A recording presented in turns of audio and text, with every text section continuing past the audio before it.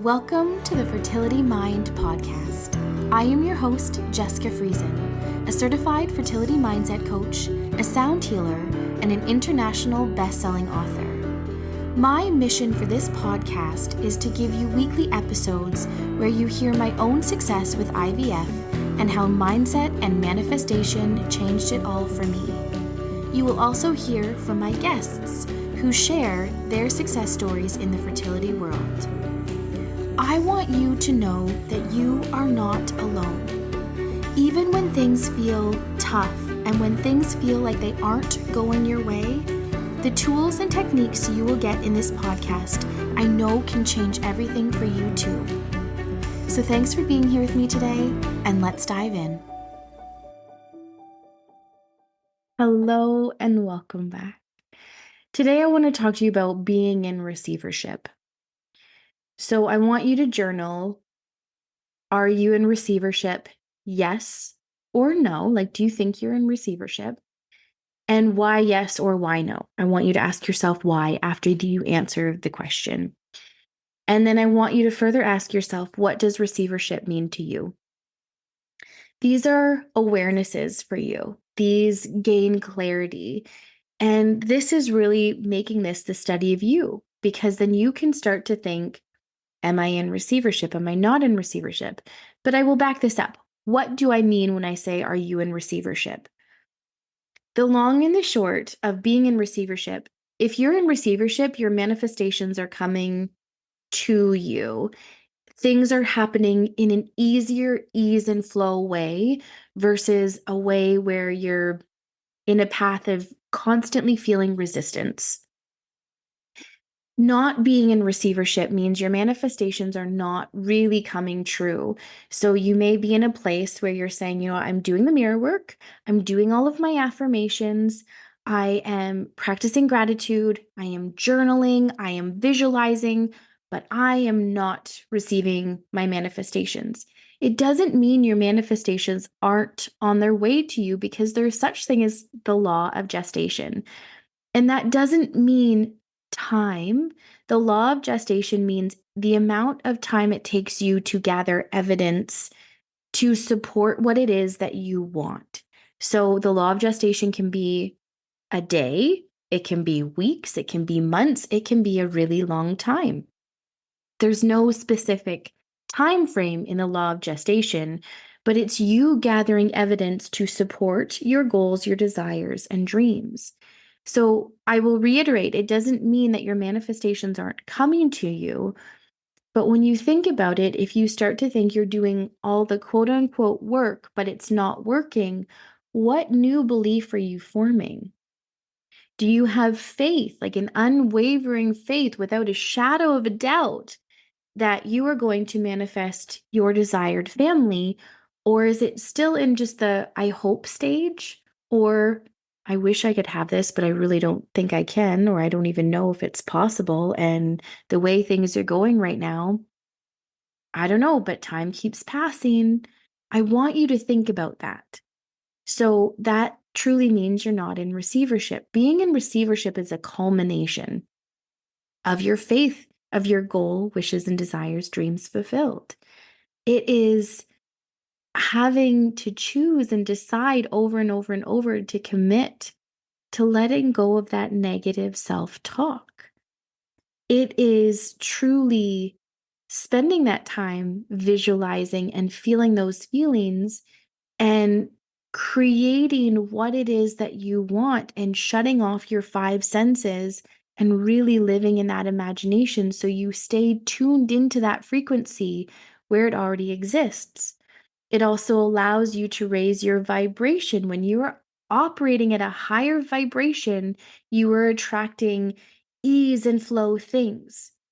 When you're operating at a negative vibration, things feel more resistive. So here's an example. I was having a conversation with someone, and they were sharing with me that they had applied to residence, and they were feeling really frustrated because they applied like the day that they were able to um, apply to residence. Like, they did it the second they got the email, they opened it and they registered. And there's the only one residence of choice that this person wanted to get into. And they got this email yesterday and they opened it up and said that they were waitlisted. And there was another residence that was available, but it was a 20-minute bus ride to the campus. And it was in a different area of town that they were not interested in being in. You name it, the contrast was presenting itself. And I said, how would you like to feel? And they said to me, well, I'm 30 on the list. So there's 30 people above me. I have 2 weeks until I have to accept my residency and everything else like that. And they said, there's no way that this is going to happen. And I just said, then you are not in receivership of this happening because you're focusing on exactly how it can't. You're emotionally charged, using your five senses, creating a feeling, creating an emotion about it of how, and using your logic. Well, there's 30 people above me, so there's no way that they're going to either drop out or not choose this residence if this was their first choice, or this, or this, or this. And I said, you're right, because that's how you are so emotionally connected. And I said, but, are you putting yourself in receivership for infinite ways of happening? So I asked them, I said, connect to a feeling. What is it that you would really, really, really love? And they said, I would really love to be in that residence. I said, so then it's done. Feel that, know that, believe that. I said, but you can also use the law of gestation, gather some evidence. Connecting to this feeling of being able to have all that you want. I said, what is it about this residence that you really like? And they said it's a 1-minute walk to the school. It's apartment style, so there's a kitchenette and there's 2 bedrooms and a shared bathroom. There's this, there's that. And I said, what if you could have that in, say, a condo or another apartment building or student housing or different things? What if you could have those things? And I said, I don't want you to get so caught up. I just want you to be in the feeling of what that would feel like, because anything is possible. I said, you may absolutely get into that residence. And I said, you may absolutely get into something far better than you could imagine. Do you believe that? And in all honesty, they said, no, I don't believe that that's even possible. And I said, then your success is absolutely guaranteed, in a good way and a bad way. When I say that your success is guaranteed, if you are in receivership of your goal, meaning you hold your faith, you hold your persistence of working towards that every single day, you shut out the negative noise, you make a decision to recommit to your goal, your desires, your dreams every single day, or your visualizations, you will see things come in ease and flow versus not being in the receivership. You could see, I hope you could see and feel that contrast of, there's 30 people. No, it's not going to work. I don't want to be in a campus that is a 20-minute bus ride away and it doesn't have the kitchenette option. It doesn't have the meal plan option. I really don't want that. Do you feel that? Do you see that? So I just said, connect to what it is that you want. Be open to all possibilities that you could have what you want or better. Hold that faith. I have what I want or better. And I said, say that every single day. Feel that. And when you have the negative thought of like, it's not going to happen, just say it's already done. Connect to that feeling of you opening your email saying, congratulations, you got into this residence, or congratulations, you know what? Feel that feeling, you have what you want. So I'll keep you updated. But I can't do the work for anyone. I can give you the tools, you have to do the work. So I can't promise that that's going to work out, but I'm holding the faith for this person because I really want them to have what they want. But I also said, what if you also hold the universe is always working out for me? The universe is always working out for me. It may not look the exact way you thought, but what if it could turn out way better than you could have actually ever imagined? This goes same to your fertility. As soon as you have an emotional impact, it can absolutely be very challenging, because I've been there with you with emotional impacts and you think, how many more? It sounds easy for me to say, oh, shut off that negative talk. It's fine. Go to the place what you want. It takes a committed decision. It takes a committed decision. Please do allow yourself to go through the process. But as you're going through the process, change your words of the universe has a grand plan, or the universe is always working out for me. As much as right here, right now, this is unbelievable. This is devastating. This is crushing. This is not what I would wish upon my worst enemy. Say things. I know the universe is always working out for me. And I know that my goals and my desires and my dreams are worthy. This is the one that I find I talk about in fertility fusion a lot. Your worthiness. If you don't actually believe that you're worthy of your goal or your desires, you will remain in a non-receivership status.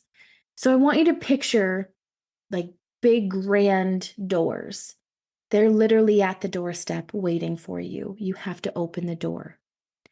But if you don't feel worthy of your goals or your desires or your dreams, they stay at the door with the door closed. They're so close. I want you to be able to get into receivership by learning to ask yourself questions. What does receivership mean to me? Does receivership mean that you're in receivership because you're at a certain point in your journey that you've been waiting to get at? Does receivership mean that you are keeping yourself surrendering to all possibilities, but holding that faith and recommitting your decisions every day to visualize, to journal, to get better and better every single day, and to help move yourself through grief versus always living in your assumptions? Like, really go back to the example of the person. You can see all the reasons why, quote unquote, it won't work. But what if it does? We're not trained to look at, but what if it does? And when I talked to you about my grief episode and I was talking to you about sleeping in and I was talking to you about these other things, yes, every now and then I do allow myself to sleep in because it's really nice. And when I'm on vacation, yes, but I will still find time in that day to make sure I do journaling, to make sure I do my gratitude, to make sure I do some type of reading and visualizing and things that fill my heart. Because like those big doors I just asked you to visualize, it felt like a grieving process to lose that sleep. But at the same time, for me, when I don't do daily practice or I don't do daily studies, it feels like my old paradigms, my old habits are at the doorstep of that big door. And if I just open a crack, they're going to come flooding in. Once you know something, you can't unknow it.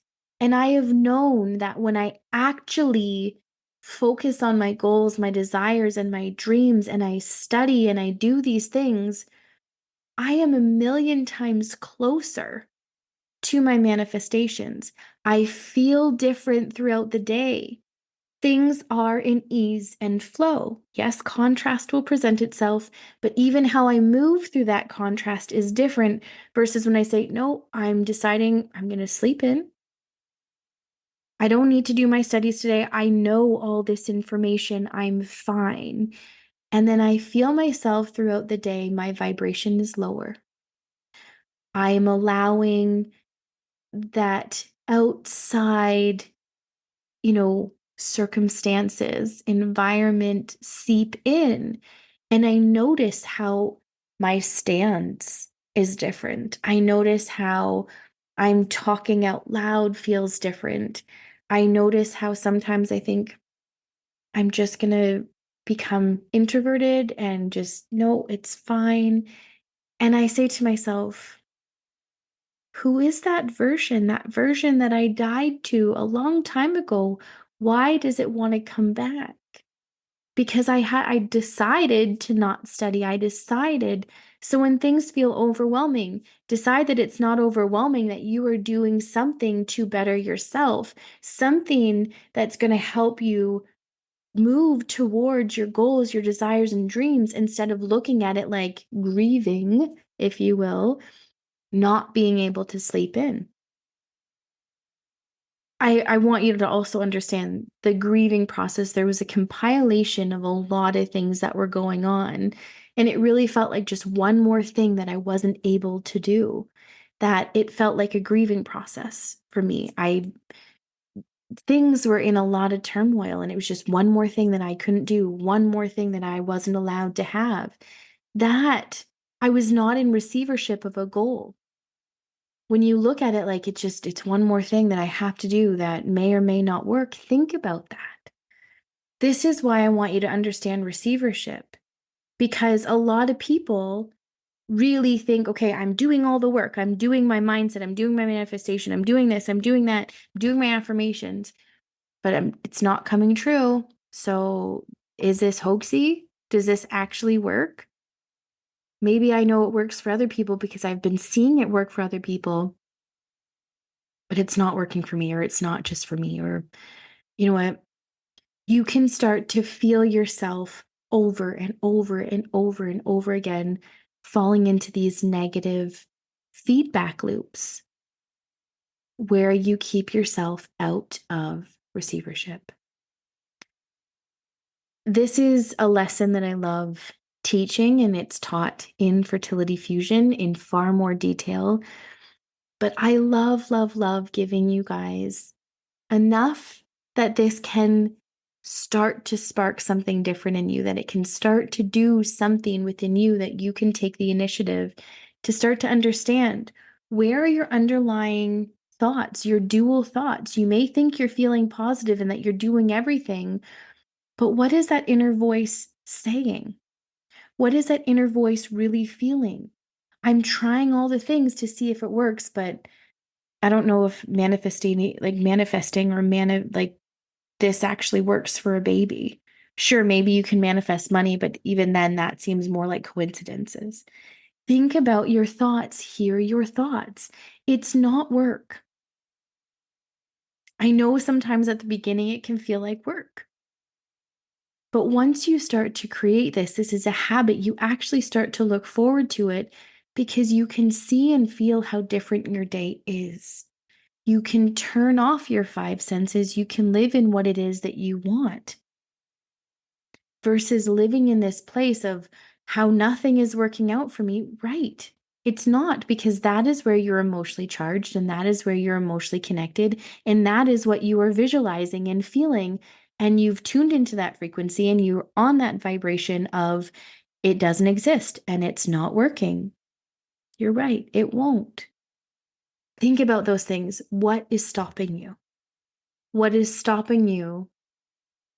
And find that root. What is stopping you from studying yourself every day?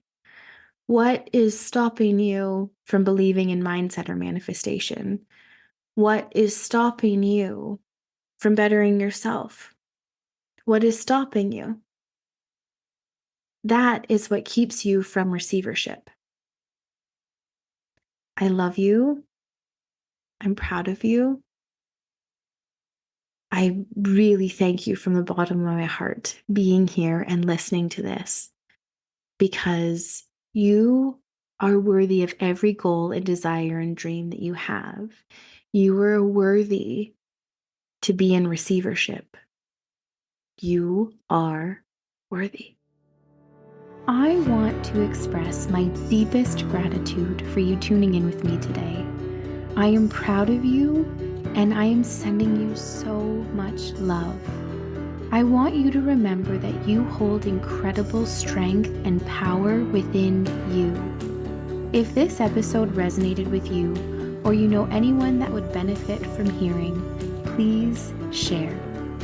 And if you haven't done so already, head over to Spotify or Apple, and please leave a rating and a review. In love and light, Jessica.